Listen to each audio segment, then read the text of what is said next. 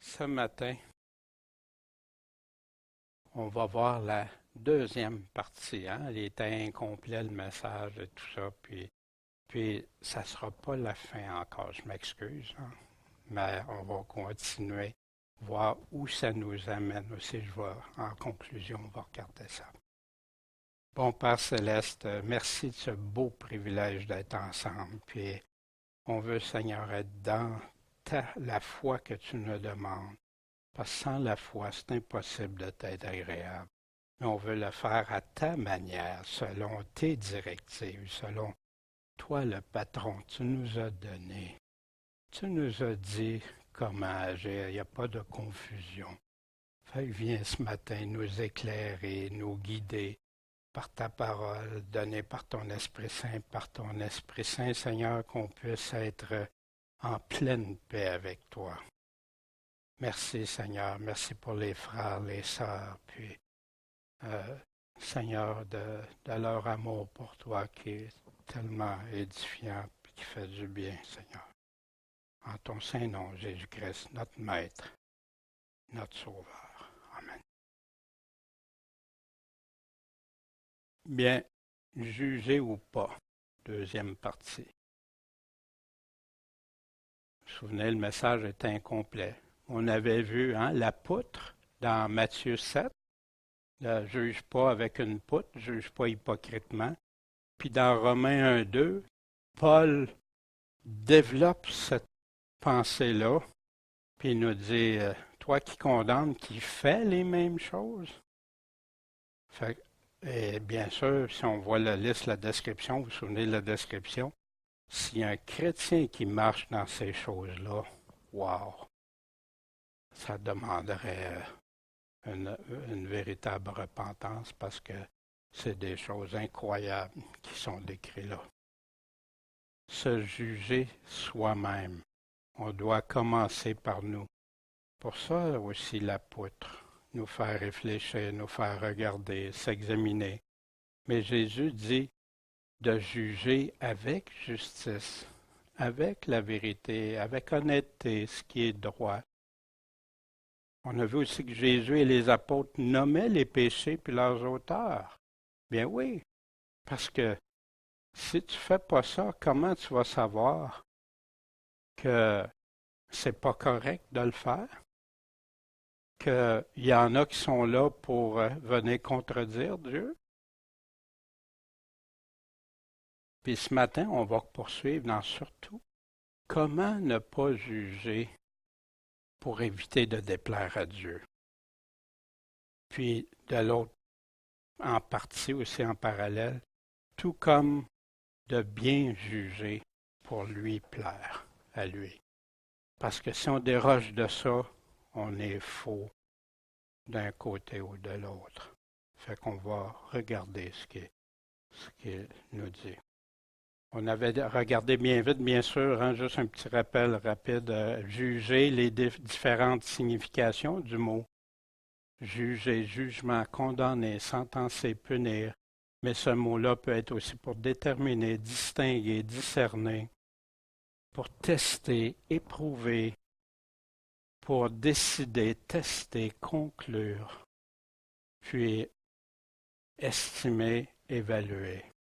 Fait que notre rôle à nous, quand on lit la Bible, quand on dit lire dans son contexte, puis j'avais justement Laura qui m'a parlé ce matin, qu'elle lisait dans la concordance, elle regardait des versets. Mais là, elle dit, mais je n'étais pas capable, juste le verset, il fallait que je lise avant puis après. Wow! Merci, merci Seigneur. C'est comme ça qu'on doit regarder. Mais qu'est-ce qui va nous donner la bonne définition du mot? Ça va être ce qu'il y a autour, tout simplement. Quand juger, pourquoi ne pas juger ce qui est juste? On avait jugé selon la justice, honnêtement, jugé spirituellement. Paul nous dit de juger aussi aux Thessaloniciens, de tout juger et prouver. Puis Paul a déjà jugé le comportement intolérable dans l'Église, celui qui avait la femme de son père. puis ôtez le méchant du milieu de vous. Puis Paul dit, n'est-ce pas à nous de juger? Ça fait qu'on ne peut pas prendre quelques paroles de Jésus, le sortir de son contexte, puis l'isoler, puis polariser les choses. Non, on doit regarder tout ensemble. Parce que, puis Jésus ne se contredirait pas, puis les apôtres n'iraient surtout pas contredire Jésus. Sans ça, ils ne seraient pas de fidèles apôtres du Seigneur. Mais on va aller voir un concept, un principe qui est important, je crois, qui peut nous aider quand on juge une situation ou qu'on a, parce qu'une situation, ça peut être pour se reprendre soi-même, comme ça peut être, en premier, comme ça peut être pour quelqu'un d'autre. Mais comment Dieu le fait? Reconnais donc en ton cœur que l'Éternel, ton Dieu, te châtie comme un homme châtie son enfant. Pourquoi Dieu fait châtie? Par plaisir? Non, parce qu'il voudrait tellement qu'on soit simple comme des enfants, puis marcher selon sa volonté, sans faire de mal à son prochain, en aimant Dieu de tout son cœur. Je reprends et je châtie tous ceux que j'aime. Aie donc du zèle, puis repens-toi. Savez-vous Jésus à qui dit ça? L'Église de Laodicée. L'Église qui est tiède. Il dit, je te reprends, je te châtie. Aie du zèle, repens-toi. Sinon, quoi? Je te vomirai de ma bouche. Quelle parole dure. Mais Dieu, on ne se moque pas de Dieu. Dieu, t'es vrai avec Dieu, ou tu fais semblant, ou t'es faux. Mais Jésus, dis-tu, je vais te vomir de ma bouche sans donner l'opportunité à quelqu'un? Jamais, jamais. Dieu veut que tous en viennent à repentance. Puis il parlait ici de son Église. Voici Jacques, voici nous regardons comme heureux ceux qui ont souffert avec constance, persévérance. Vous avez entendu parler de la constance de Job, et vous connaissez la fin que le Seigneur lui accorda. Pourquoi? Car le Seigneur est plein de miséricorde et de compassion. Si Dieu est comme ça, nous, on peut être différents de ce que, sans miséricorde, sans compassion? Comment Dieu reprend quelqu'un qu'il aime? Dans Hébreu, ça, Hébreu ici, le passage qui est cité, c'est Hébreu, Proverbe chapitre 3, dans l'Ancien Testament, versets 11 et 12. Et cependant, vous avez oublié l'exhortation qui s'adresse à vous, comme à ses enfants. Voici la citation. Mon enfant, ne méprise pas le châtiment du Seigneur. Ne perds pas courage quand tu es repris de lui. Parce que des fois, ça fait mal. C'est dur, c'est lourd des fois, tant qu'on résiste à ça. Mais un coup qu'on a dit, oui, Seigneur, tu as raison. Wow! On va avoir encore des conséquences des fois de nos mauvais choix. Mais la paix que Dieu va donner va surpasser tout. Car le Seigneur châtie celui qu'il aime. Il fouette tout enfant qu'il avoue. Avez-vous déjà senti des coups de fouette? Vous savez, où on voit, là, tu sais, des fois, il y en a littéral, puis, mais oui, on comprend bien, comme Jésus quand il dit « Je suis la porte ». Ce que ça veut dire, ben oui, il nous corrige, puis des fois, ça fait mal. Si vous endurez le châtiment, Dieu se présente à vous comme à ses enfants. Car qui est l'enfant que le Père ne châtie pas? Mais si vous êtes sans châtiment auquel certains participent, non, tous participent, vous êtes donc des enfants supposés, des enfants sans parents, sans père, et non pas légitimes. Et puisque nos pères, selon la chair, nous ont châtiés, que malgré cela, nous les avons quoi? Respecter. Moi, mon père m'a déjà corrigé. Puis, il m'avait expliqué de ne pas faire quelque chose, hein? Aller jouer avec le feu. Je l'ai fait. Puis, j'avais entraîné mon frère. Puis, on avait mis le feu dans le poulailler. Puis là, c'était en campagne, hein, puis le voisin nous voyait s'en aller avec nos petites chaudières, tu sais, pour éteindre le feu. J'avais peut-être 5, 6 ans, je me souviens plus, là. Quand mon père est arrivé,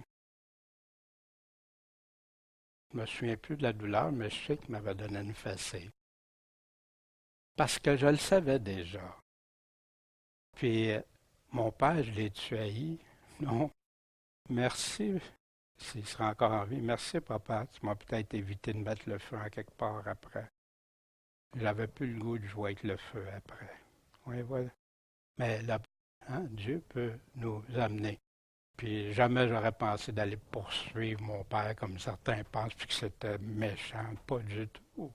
C'était par amour pour moi qu'il l'a fait, parce qu'il savait très bien que si je refaisais ça, puis là j'aurais pu entraîner la mort de mon petit frère, puis peut-être mettre le feu à tout ce qu'il y a autour. Puis quand même, il m'aurait expliqué, mon petit enfant Daniel, tu sais, là, je t'avais dit de ne pas jouer avec le feu, tu sais, il ne faut pas faire ça. Je ne sais pas si ça aurait eu le même effet. Fait on les a respectés, aimés. Ne serons-nous pas beaucoup plus soumis au Père des esprits? On s'est soumis. Je me suis soumis à mon Père, puis là, je le serai moins au Père céleste. Wow! Et nous vivrons. Car par rapport à ceux-là, ils nous châtient un peu de temps suivant leur volonté. Mais celui qui nous châtie, pourquoi? Pour notre profit, notre avantage, afin qu'on soit participant de sa sainteté. Je suis saint, soyez saints. Que celui qui invoque le nom du Seigneur se sanctifie, s'éloigne du péché et de l'iniquité. Or, tout châtiment ne semble pas sur l'heure est un sujet de joie. Hein? Je suis sûr que quand j'avais les fesses un peu rouges, j'étais sûrement pas. Hein? Mais c'est de la tristesse, mais ensuite, ça produit un fruit paisible de justice à ceux qui sont exercés par ce moyen. Fait que merci Seigneur. Corrige-moi. Corrige-moi Seigneur quand je ne suis pas comme ta volonté. Il n'y aurait rien de plus ridicule que d'arriver devant le Père, devant le Seigneur, puis de me faire dire, tu n'as pas suivi, tu t'es rebellé ou tu as continué dans quelque chose qui m'a déplu, puis me complaire, me justifier de ça. Wow! Seigneur, débarrasse-moi de ce qui est pas, qui te déplaît, Seigneur. Enlève ça, s'il te plaît. Puis je le sais que des fois ça fait mal, mais je sais que c'est pour mon bien, dans mon âme. Ce qu'il y a de plus important entre les mains.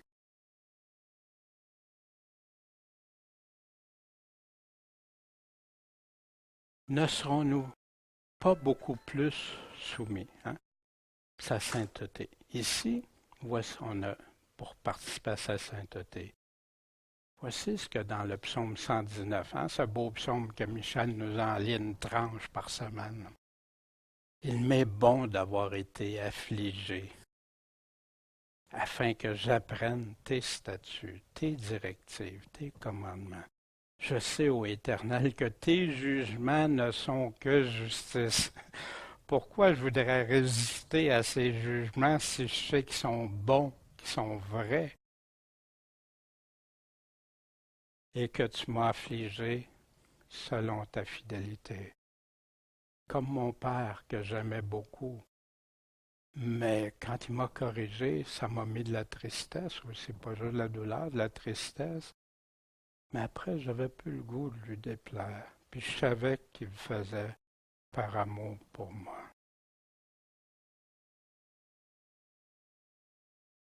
Comment Dieu demande de reprendre quelqu'un qu'il aime? Oui, des fois on a à reprendre ou évaluer ou tester. Voici dans Matthieu. Ainsi la volonté de votre Père qui est aux cieux n'est pas qu'un seul de ses petits se perde. Ça, c'est dans le contexte. Hein? Vous vous souvenez les 99 brebis et tout ça. Puis là, il poursuit. Si ton frère a péché contre toi, fait que ton frère a péché. Des fois, on peut penser que quelqu'un a péché contre nous, mais des fois, c'est pas vraiment un péché. Ça peut être une maladresse, ça peut être quelque chose, mais quand on est sûr que c'est un péché, puis qu'il y a quelque chose, ben, va, puis reprends-le avec toutes les autres. Dis-le à tout le monde, sauf la personne. Non. Reprends-le seul. Ici, c'est pour un péché envers toi. S'il t'écoute, tu as gagné ton frère. Mais si tu n'écoutes pas, prends avec toi encore une ou deux personnes. Vous vous souvenez, 2, 3 témoins, on l'a vu la semaine dernière, afin que tout soit réglé sur la parole de 2 ou 3 témoins. Mais Dieu dit que ces témoins-là sont mieux de dire la vérité, parce qu'eux vont passer. Puis des fois, ça a servi, ce passage-là, il y en a dans des églises, ils se sont montés des clans, des choses, puis ont fait des choses avec ça. Ils répondront au Seigneur de tout ça. Mais c'est pour ça, 2, 3 témoins, mais des personnes fidèles, des personnes qui vont regarder les choses ensemble, puis ce que Dieu dit, pas superficiellement. Pas parce que je préfère quelqu'un, puis je vais aller sur son bord au lieu de rester équitable avec ce que Dieu dit. Mais afin que tout soit réglé sur la parole de 2, 3 témoins. Que s'ils ne daignent pas les écouter, tu y as dit, tu as 2, 3 personnes qui ont validé que c'était vrai, que c'était comme ça, puis là, ils ne les écoutent pas, ben là, tu vas aller plus loin. Tu vas le dire à l'Église. Voici, voici telle chose, telle offense ou telle chose, c'est produit. Puis en passant, une offense, c'est pas parce que quelqu'un m'a dit une affaire, puis tout ça, là, ça c'est, regardez, si je suis offensé, juste moi, mon petit moi personnel, parce que tu as dit un mot que je n'aimais pas sur moi, pas ça, je considère un péché. Puis même à ce moment-là, le Seigneur dit pardonnez-vous les uns les autres. Voyez-vous, on parle d'un péché, c'est quelque chose de sérieux. S'ils ne daignent pas les écouter, l'Église, dis-le à l'Église. Puis s'ils n'écoutent pas l'Église, wow! Au moins 3 occasions que la personne a eues de se repentir, de se détourner du mal, de faire amende, de se repentir, puis d'abandonner ça, puis demander pardon. Regarde-le comme un païen et un péager. Je vous dis en vérité que tout ce que vous aurez lié sur la terre sera lié dans le ciel, et tout ce que vous aurez délié sur la terre sera délié dans le ciel. Ça, c'est selon la volonté du Père, selon ce que Dieu nous dit. Il y en a qui vont faire ça tout seul avec une personne, puis après ça, ils règlent tout le reste tout seul avec la personne. C'est pas ça que Jésus nous enseigne. Et oui, il y en a qui ont fait des divisions dans les églises ou qui se sont séparés de personnes, puis tout ça. Non, voici ce que Dieu nous dit. Puis il y a une raison à ça. Il y a une raison. Puis on va le voir encore plus loin, on va revenir avec d'autres passages. Mais ici, ça met en application celui qui rejette l'instruction, méprise son âme. Son âme n'a pas d'importance pour lui. C'est comme insensé. Mais celui qui écoute la réprimande, lui, est sensé, acquiert du sens. Un peu de levain dans la parabole du blé, l'exemple du blé puis de l'ivraie que Jésus a donné. Jésus a dit, ça c'est important parce que cet aspect-là va expliquer en gros, en bonne partie, pourquoi l'Église d'aujourd'hui laisse aller les choses dans les églises. Celui qui sème la bonne semence, c'est le Fils de l'homme. Le champ, c'est le monde. La bonne semence, ce sont les enfants du royaume. L'ivresse, ce sont les enfants du malin. L'ennemi qui l'a semé, c'est le diable. La moisson, c'est la fin du monde. Les moissonneurs sont les anges. Hein? Jésus explique, parce que les apôtres avaient posé la question, puis il l'explique avec détail, précision. Donc, comme on amasse l'ivraie et qu'on la brûle dans le feu, il en sera de même à la fin du monde. Mais le champ, c'est quoi selon Jésus? C'est le monde. Augustin a dit, est-ce donc de ce royaume où il n'y a plus de scandale? Ben non, c'est de ce royaume qui est sur la terre, c'est-à-dire de l'Église, qu'ils les feront disparaître. Fait qu'Augustin, lui, il dit quoi? Le champ, c'est l'Église. Mais Augustin, c'est sur ça que se basent plusieurs choses. Oui, juger, on évalue qui a raison ici. Qui dit vrai? Mais Jésus a dit un peu de levain fait lever toute la pâte. Fait que ça a fait en sorte que beaucoup d'églises, ben, il faut les laisser pousser ensemble dans l'Église, alors qu'il y a plein de passages qui nous disent le contraire. La parole ne se contredit pas. Pour des fois ceux qu'on a à cœur d'éviter de juger ou de se faire juger en passant. Quand on parle de jugement, là, c'est les deux sens. Il y en a qui sont forts pour juger tous les autres, mais pas pour eux. Ou si quelqu'un vient pour les juger, non, non. Le Seigneur veut qu'on soit des personnes intègres. Si je fais quelque chose de pas correct, vous devez le juger, l'évaluer, puis de grâce, vous m'aimez, venez me le dire. Puis on regardera la parole de Dieu. Puis si vous avez raison, ben oui. Je serais un insensé de dire que vous m'emmèneriez quelque chose que Dieu dit, puis je fais son contraire, puis continue en insensé. Évitez de juger, de discerner ou estimer selon la justice de Dieu, de juger, d'éviter de juger le bien ou le mal, ben ça va à l'encontre des enseignements du Nouveau Testament, de veiller, de prendre garde, d'être vigilant, de ne pas participer au péché des autres, ni les tolérer au sein de son Église. Le Nouveau Testament établit tout ça. Dans la suite des choses, à un moment donné, on verra. Parce que le Seigneur nous dit quand être en unité, mais aussi quand se séparer. On regardera ça, mais avec ce que Dieu dit, pas par nous-mêmes. Ne pas mettre en lumière ce qui offense Dieu à un frère à cause de ma crainte d'être rejeté, méprisé ou autre chose, n'est pas de l'amour, mais son contraire. Si je sais que quelqu'un va tomber dans le précipice, puis parce que j'ai peur de le déranger ou j'ai peur de la façon qu'il va réagir parce qu'il est dur d'habitude quand il me répond, puis tout ça,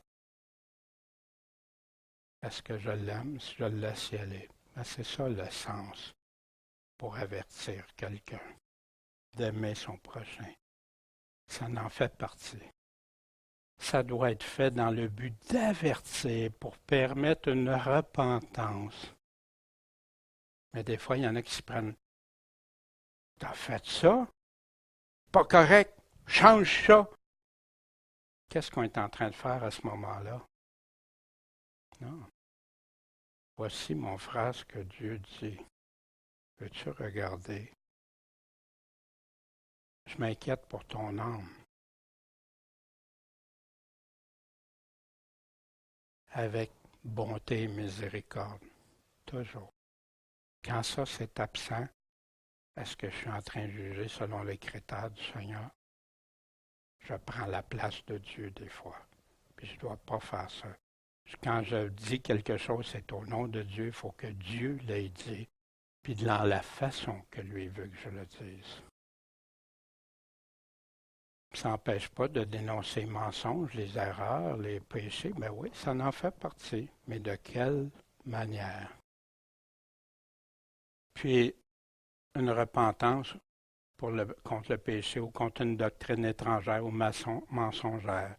De haïr le mensonge et adorer Dieu en esprit et en vérité, tout en se souvenant des conséquences pour leur âme, mais tout en veillant sur soi-même.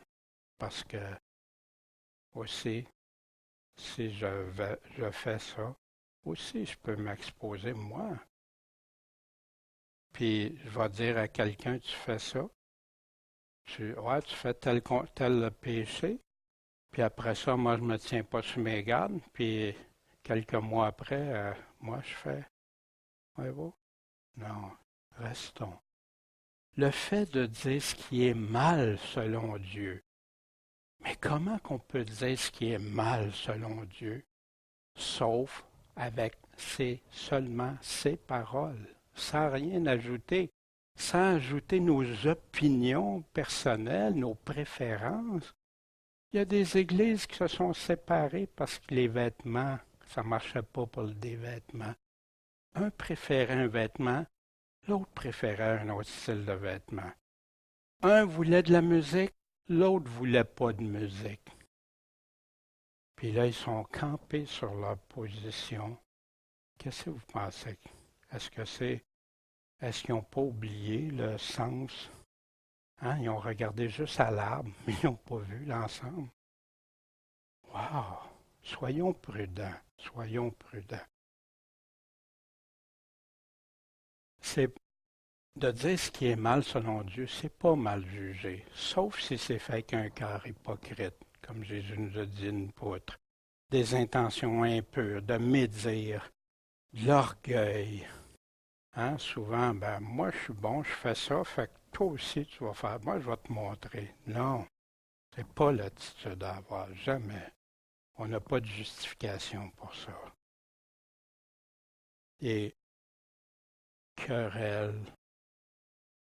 Là, j'ai quelque chose, la personne m'a fait quelque chose, puis j'aime pas ça, ou bien non, hey, elle prend trop de place, moi j'aimerais ça être à sa place, ou plein d'affaires de même, humaines. Ça vient-tu de Dieu, ça? C'est Dieu. On reçoit tout de Dieu.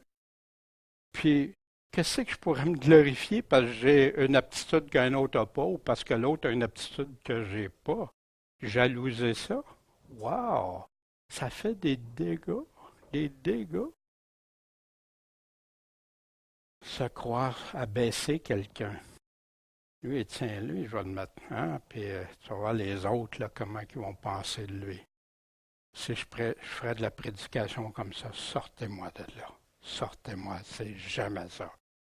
De dire ce qui est péché, de dire ce que Dieu n'aime pas, de dénoncer ou peut-être même le dire, comme dans Matthieu, il nous disait, ça arrive à un moment donné, puis ça nous est arrivé dans le passé, des situations où on a fallu qu'on agisse. Mais c'est d'un commun ensemble, après avoir validé, vérifié, fait toutes les démarches nécessaires, puis sans précipitation, sans être superficiel. Ben oui, là, on en vient au constat parce que Dieu nous dit de faire ça, puis il nous donne les circonstances, les critères. Se croire supérieur ou vouloir le démontrer. C'est l'orgueil de la chair, ça. Un chrétien garde toujours à l'esprit, humblement, qu'il est sauvé par la faveur de Dieu, puis en aucune manière il peut se sentir supérieur à quiconque. Si quelqu'un arrive et se sent supérieur aux autres, non, ça ne marche pas. Puis d'ailleurs, les gens le sentent à ce moment-là. Puis il y en a qui vont avoir des chicanes avec tout le monde pendant longtemps à cause de ça. Si quelqu'un vous arrive puis est hautain avec vous, se prend supérieur à vous, avez-vous tendance à l'écouter? Je peux être un obstacle si je me sens supérieur à quelqu'un, je peux devenir l'obstacle. Que ce que je dis est vrai, mais la personne ne le recevra jamais. C'est-tu la faute à Dieu ou la mienne? Parce que je me sentais supérieur. Voyez-vous? Tout ça, ça va ensemble. C'est ensemble. Le but doit être de plaire à Dieu selon ses critères, aimer notre prochain, puis non pour l'attaquer, le diminuer ou pour nos motivations et intérêts personnels.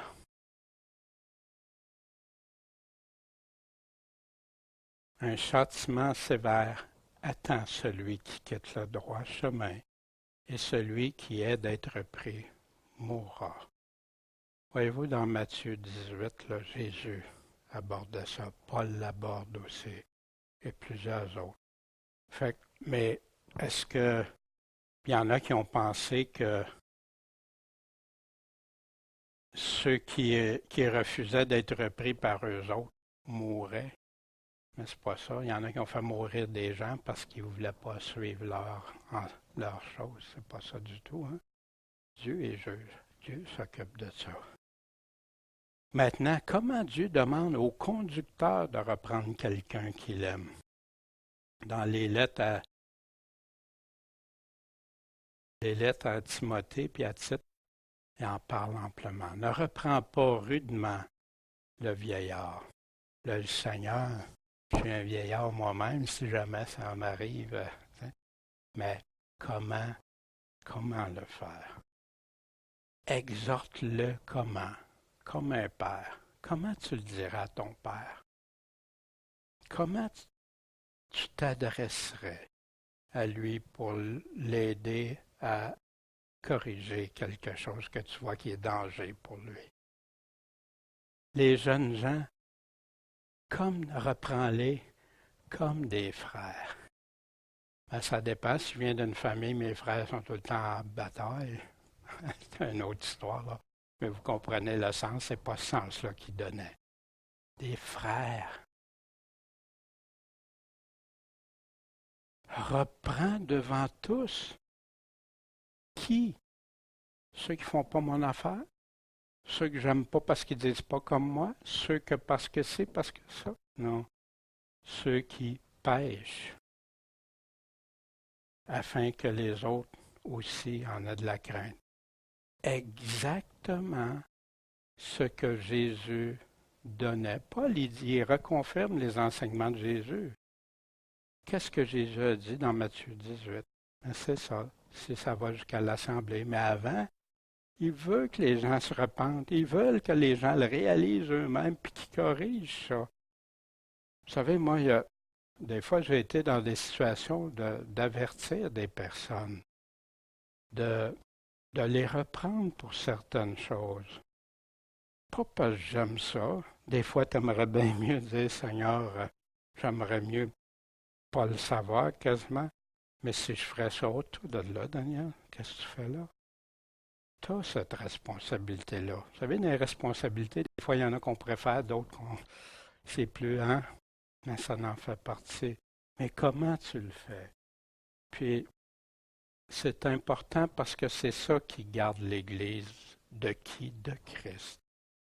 Qui veut une Église sans tache. Il ne veut pas une Église corrompue. Le champ, c'est le monde, c'est pas l'Église. Prêche la parole. Insiste en temps et en dehors du temps. Reprends, censure, exhorte bouillamment en toute patience. Tu veux ça instantané? Hey, j'y ai dit, là, il comprend pas. Ouais, c'est ça que le Seigneur a dit. Seigneur, merci de ne pas avoir fait ça avec moi, hein, parce que je serais toasté, ça fait longtemps. Reprends, censure, exhorte en toute patience. Et comment? En instruisant, en montrant, m'instruisant quoi? Ce que Dieu dit.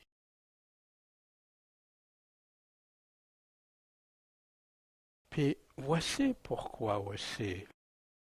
Obéissez à vos conducteurs, soyez leur soumis. Pourquoi? Car ils veillent sur vos âmes. La même chose que l'Église dans Matthieu 18. Le but, c'est de trouver, commencer à faire de l'introspection par rapport à l'Église, puis checker, oh, lui, oh, il fait ça, lui, il fait ça, lui, il fait... Non, pour un péché. Puis, on est tous de progrès en progrès, mais on n'est pas là pour vivre dans le péché. On est là pour devenir fort pour Jésus-Christ, marcher pour lui, s'encourager les uns les autres. Mais aussi, il dit, s'il y a quelque chose qui vient entacher tout ça, un péché, faites ce que je vous dis. Ça fait partie de ses commandements. L'aimer, c'est obéir aussi à ses commandements. Pourquoi? Parce qu'il veille sur vos âmes comme devant en rendre compte. C'est dur des fois, Seigneur. Un frère, une sœur. Ah, Seigneur, ça te fait mal. Ça nous fait mal de voir le monde des fois comment ça marche. Mais combien plus quand c'est un frère, une sœur. Puis ton but, c'est quoi? Que tout s'en vienne à la repentance. Mais les gens, ils pensent que c'est juste pour le monde extérieur. Afin qu'ils le fassent avec joie et non en gémissant, car cela vous serait préjudiciable. Fait que moi, sachant que je dois rendre compte à Dieu de comment je vous enseigne, de comment je parle, comment j'agis, comment j'applique. Puis ça, c'est pour les âmes des autres. Là, c'est lourd, c'est lourd. Mais ça devient léger avec le Seigneur, parce que tu t'appuies sur le Seigneur. Dieu, tu dis quoi faire. Dieu, tu m'emmènes là. Oui, je peux être inconfortable. Moi, je suis inconfortable personnellement, des fois, dans certaines choses. Mais toi, tu me le demandes. Est-ce que mon inconfort va être plus important que ce que tu me demandes de faire? Puis, qu'est-ce qu'il y a en arrière de ça? Une âme. Wow, wow. Ça nous remet les choses en perspective. Fait que tu veux-tu le faire durement, avec une approche gauche ou tout ça? Non, ça prend de la prière, puis beaucoup de mandat à Dieu, puis de nous aider. Voici ce qu'il dit à Tite. Il dit de choisir les personnes attachées à la véritable doctrine qui doit être enseignée, pour qu'ils soient capables tant d'exhorter selon la saine doctrine que convaincre ceux qui s'y opposent. Il y a en effet principal, ça demande d'être prêt, pas de, quand il arrive quelque chose, de se fuir, de baisser, d'essayer d'aménager la chèvre et le chou, non, d'être droit avec ce que Dieu dit. Il y a en effet principalement parmi ceux de la circoncision beaucoup de gens indisciplinés, vains discoureurs, il y a même des imposteurs auxquels il faut fermer la bouche. Enfin, voyez-vous, quelqu'un dirait, il ne faut pas juger, tu sais, des... Non, il te le dit, là. Qui pervertissent des familles entières, enseignant pour un gain honteux, ce qui ne convient pas, qui n'est pas selon Dieu. Puis là, il parle d'un prophète parmi les Crétois, parce que Tite est en Crète. Vente paresseux, méchante bête, wow! Ce témoignage est véritable pour cette raison-là. Reprends-les sévèrement. Pourquoi il dit tantôt, il ne disait pas sévèrement? Mais c'est pourquoi? Parce qu'ils sont en train de conduire les gens dans l'erreur, à les amener ailleurs. Reprends-les sévèrement, mais dans quel but? Afin qu'ils deviennent saints dans la foi. C'est ça le but visé. Ce témoignage est véritable. Pour cette raison, reprends-les sévèrement afin qu'ils deviennent saints dans la foi. Enseigne ces choses, exhorte, reprends avec une pleine autorité, que personne ne te méprise. Parce que tu vas avoir à en répondre, mais les gens aussi qui écoutent vont avoir à en répondre aussi. Bien sûr, les jugements selon Dieu, on avait vu ça, jugez-vous avec droiture, prononcez-vous vraiment selon la justice. Celui qui déclare juste le méchant et celui qui déclare méchant le juste sont tous deux une abomination à l'Éternel. Ah oui, on le sait qu'il fait ça, lui, mais regarde, c'est un bon gars, ou il apporte beaucoup à l'Église, ou il y a telle affaire, fait qu'on ne sera pas dur avec. Mais l'autre, L'autre, regarde, il est juste, mais on n'aime pas sa façon, fait qu'on va le condamner. Tout ça doit être basé, vérité, enseignement de Jésus-Christ, tout part de là. L'amour, c'est amener quelqu'un qui pêche ou qui est dans l'erreur à se repentir, puis en unité, rester unis selon Jésus-Christ. Sauf s'il n'y a pas de repentance, exactement ce que Jésus nous a enseigné dans Matthieu 18, exactement ce que Paul enseigne, et Jude et Pierre aussi. J'aime bien l'image du trépied, hein? Michel l'a mis là, le trépied qui avait écrit les mots dessus. Un trépied, ça a besoin des 3 pattes. Si j'enlève une des pattes, problème. Tout doit partir de la vérité de Dieu. Si ça ne vient pas de la vérité de Dieu, si ce n'est pas la foi qui vient de Dieu, ça peut être n'importe quoi, vrai, faux, n'importe quoi, mensonge. Deuxièmement, l'amour de Dieu, de tout son cœur, son âme, sa pensée, puis de son prochain comme soi-même. C'est une deuxième patte, ça, du trépied chrétien. Puis troisièmement, être un avec Dieu ensemble. Si je raccourcis une des pattes, je suis en déséquilibre. Tout peut s'écrouler. Puis si je suis dans l'amour de Dieu, que je suis dans l'amour de Dieu, son prochain, si je suis dans l'amour de Dieu, je vais écouter Dieu de tout son cœur. Je vais obéir à ses directives, ses commandements. Mais si comment Dieu demande de reprendre quelqu'un qu'il aime? Comment un chrétien qui reprend un frère doit le faire? Avec quel motif? Quel but? Il y a de la répétition, mais elle est volontaire ce matin dans des choses. Nous amener vraiment au centre, au cœur. Jamais pour ses opinions personnelles ou des préférences. Avec un amour véritable. Sans aucune hypocrisie. Il ne doit jamais oublier d'où il vient lui-même. Que lui-même est jugé et sera jugé par le Seigneur. Puis de quelle façon on aimerait être jugé? Avec bonté, miséricorde? Ou avec sévérité et dureté? Mais ça ne veut pas dire qu'on laisse tout passer, bien au contraire. Fais ce que tu aimerais qu'on fasse pour toi. Fais pas ce que tu voudrais pas. T'aimerais-tu ça que quelqu'un arrive à toi, t'accuse faussement, te juge, il te juge avec des mauvaises intentions, ou sans avoir validé, sans avoir vérifié avant, sans avoir compris que tu es en cheminement, que tu as changé plein de choses, puis que là, peut-être, ça va être dans les prochaines étapes que tu vas avoir à changer dans ta vie. Puis que la personne se place comme Dieu pour te juger. On n'aimerait pas ça. Comment appliquer sans juger? Voici, dans les derniers jours, on est là, il y a des temps difficiles. Les hommes ont été pris d'eux-mêmes. C'est le moi, l'argent, vain, orgueilleux, médisant, rebelle au père et mère, ingrat, dans l'impiété, sans affection naturelle, dur, implacable, calomniateur, intempérant, sans contrôle, cruel, ennemi des gens de bien, traître, emporté, enflé d'orgueil, aimant les sens, la volupté plus que Dieu, mais ayant l'apparence de la piété, mais en ayant renié la force. C'est pour ça qu'il parle à qui il y a des gens croyants ici qui ont l'apparence. Éloigne-toi aussi de ces gens-là.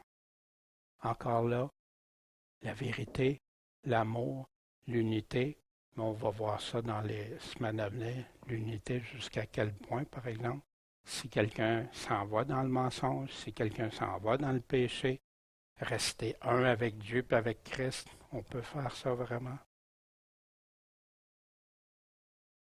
Paul est un juge style. Il nous dit qui ne sera pas sauvé. Est-ce que c'est parce qu'il condamne et juge? Non, il dit simplement ce que Dieu dit. Ne savez-vous pas que les injustes n'hériteront pas le royaume de Dieu? Ne vous abusez pas. À qui parle? Aux non-chrétiens? Aux chrétiens. aucun impur, idolâtre, adultère, féminin, infâme, voleur, avare, etc., puis il donne tout, vont hériter le royaume de Dieu. Vous étiez comme ça avant votre nouvelle naissance, mais là vous avez été sanctifiés, lavés, justifiés au nom du Seigneur Jésus, puis par l'Esprit de notre Dieu. Mais vous étiez comme ça. Vous êtes-vous encore comme ça? Non, parce que si c'est comme ça, tu n'hérites pas le royaume de Dieu. Qui est notre juge? Nous, on n'oublie jamais ça comme chrétiens. Efforçons-nous donc d'entrer dans ce repos, de peur que quelqu'un ne tombe dans une semblable rébellion. Puis il faisait rapport avec le repos dans l'Ancien Testament. Car la parole de Dieu est quoi? Vivante. Quelqu'un qui lit sa Bible, il y a un problème, là. Probablement de régénération, de naître de nouveau. Probablement, elle aimait la parole de Dieu, mais elle s'en est éloignée. Ou probablement que les livres des hommes sont plus intéressants et importants que les paroles de Dieu. Et plus pénétrante qu'aucune épée à deux tranchants, l'arme la plus tranchante qui existait, perçant jusqu'à la division de l'âme et de l'esprit, des jointures et des moelles, jugeant des pensées et des intentions du cœur. Quand tu lis la parole, si tu aimes Dieu, tu vas vouloir la lumière, puis dire, « Wow, j'ai quelque chose qui ne va pas, Seigneur.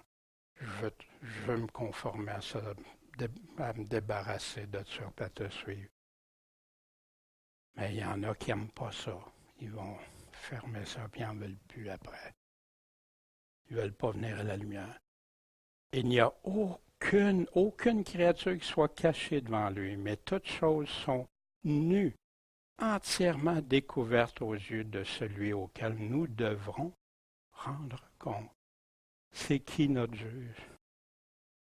Dieu et sa parole. Sa parole. Puis qui va nous juger? Quel est le véritable jugement infaillible et éternel? Voici les paroles de Jésus. Si quelqu'un entend mes paroles et ne croit pas, je ne le juge pas parce que je ne suis pas venu pour juger le monde, mais pour sauver le monde.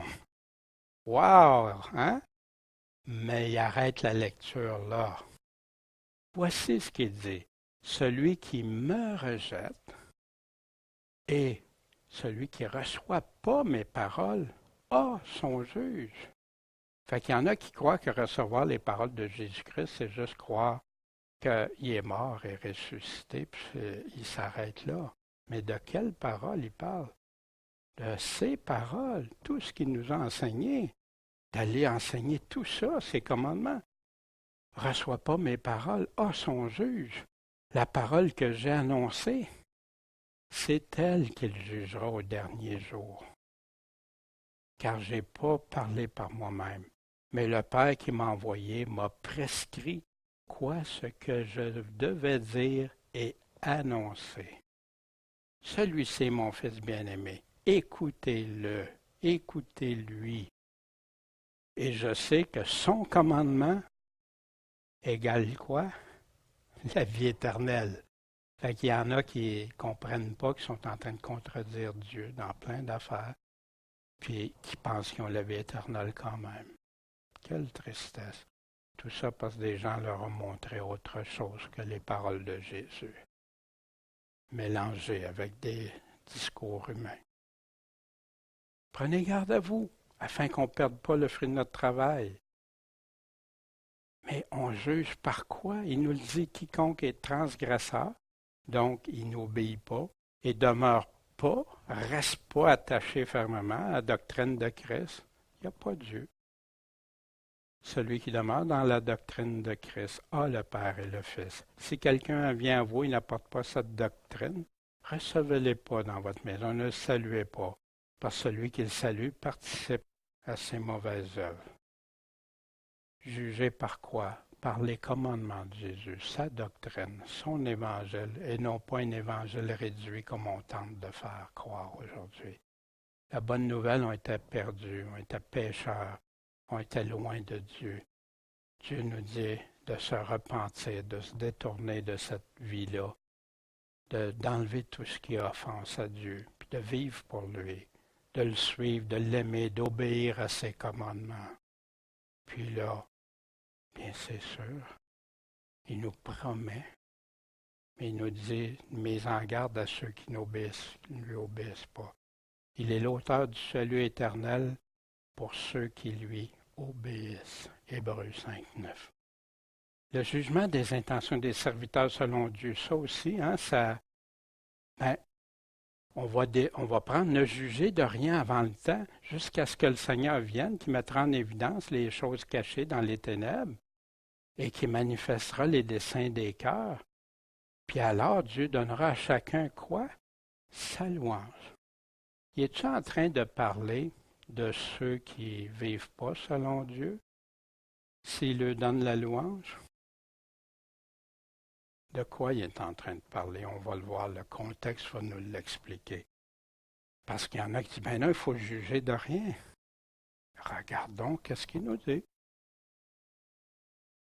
Ah, mes frères, pourquoi que Paul a dit ça? Je me suis appliqué ces choses, ainsi qu'à Apollos, à cause de vous, Corinthiens, afin que vous appreniez dans nos personnes à ne pas penser au-delà de quoi?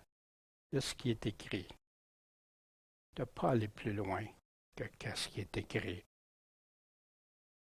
Afin que nul de vous ne mette son orgueil en l'un pour s'élever contre l'autre. Qu'est-ce qui se passait? Les Corinthiens étaient en train de faire des divisions, des préférences, des dénominations, des séparations par rapport parce qu'ils aimaient plus un que l'autre. Il y en a qui préféraient, ben lui, il dit de la bonne affaire, mais il y en a un qui sème, l'autre arrose. Dieu a des opérations différentes.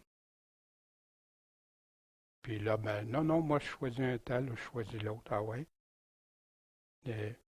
Contre ceux qui œuvraient fidèlement pour Dieu, il est en train de parler de ceux qui œuvraient fidèlement. C'est pour ça qu'il a pris Paul puis Apollos, deux hommes exceptionnels de Dieu. Il n'a pas pris d'autres noms qu'on a dans la Bible. Hein? Non, il l'a fait pour qu'ils comprennent de ne pas s'enorgueillir, de ne pas faire des divisions, des choix.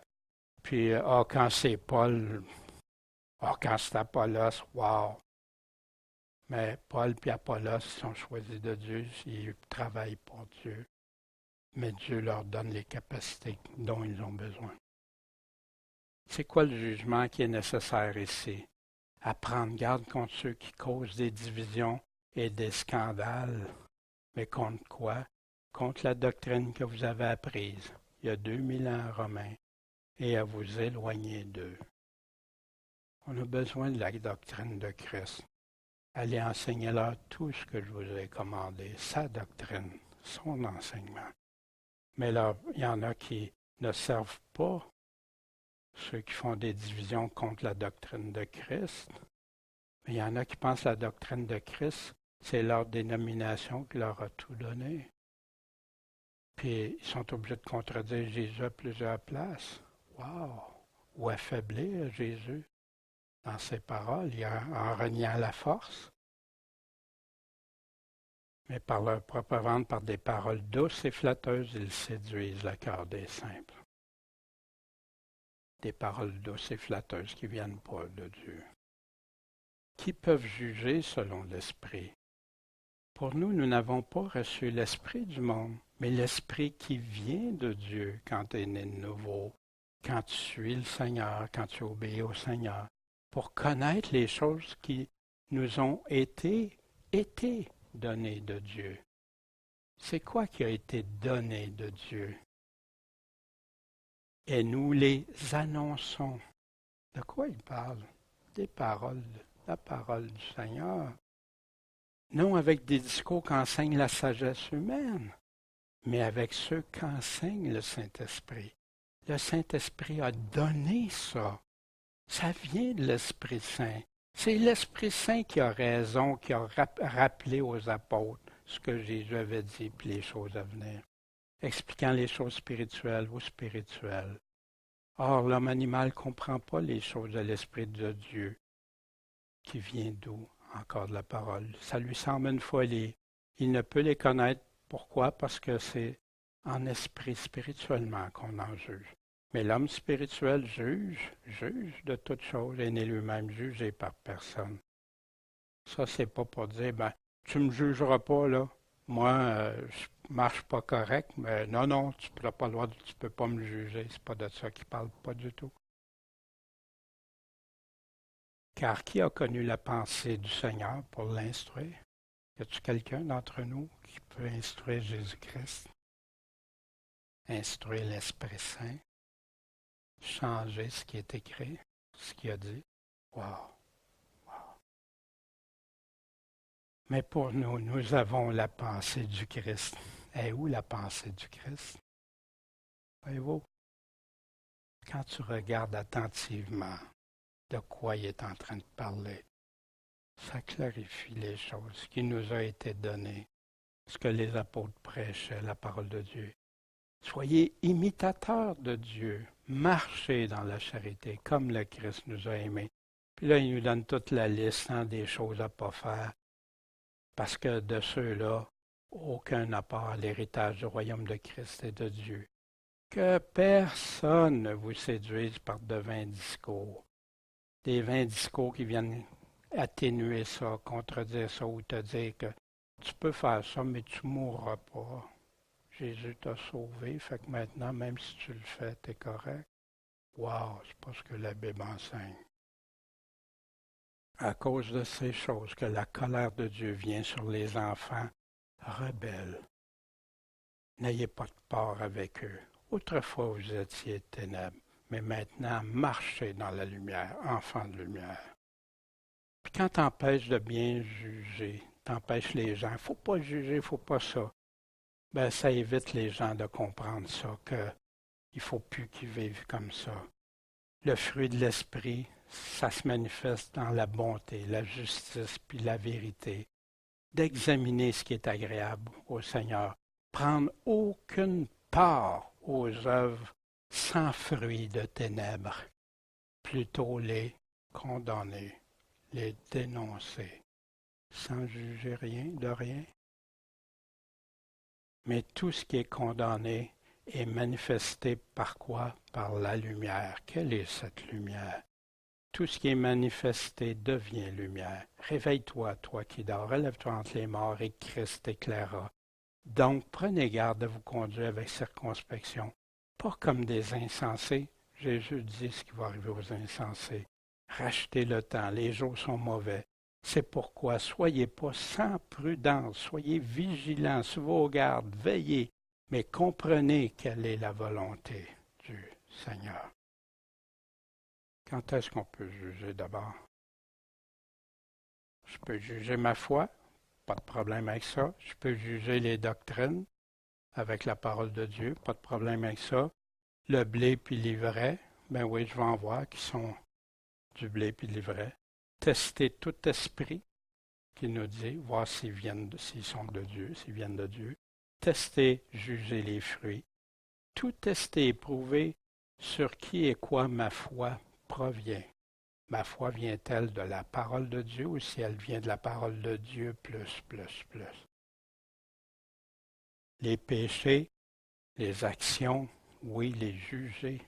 Les dons pour l'Église, mais oui, il nous dit d'évaluer les dons. Notre seule référence, sans plus que ce qui est écrit, mais sans moins non plus. C'est ce que Dieu dit.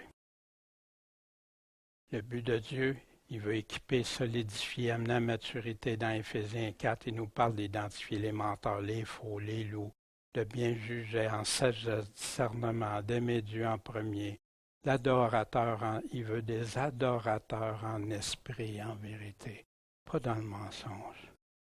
Moyen divin, si tu suis ce que Dieu dit, il y a des résultats divins au bout du compte. Si tu prends des moyens humains, tu vas avoir des résultats humains, mais qui conduisent où? Les vies personnelles, puis la vie de l'Église, il veut des gens sanctifiés, une Église sanctifiée qui marche selon Christ, qui sont la lumière pour les autres au milieu d'une génération perverse. Une vie sainte mise à part pour lui.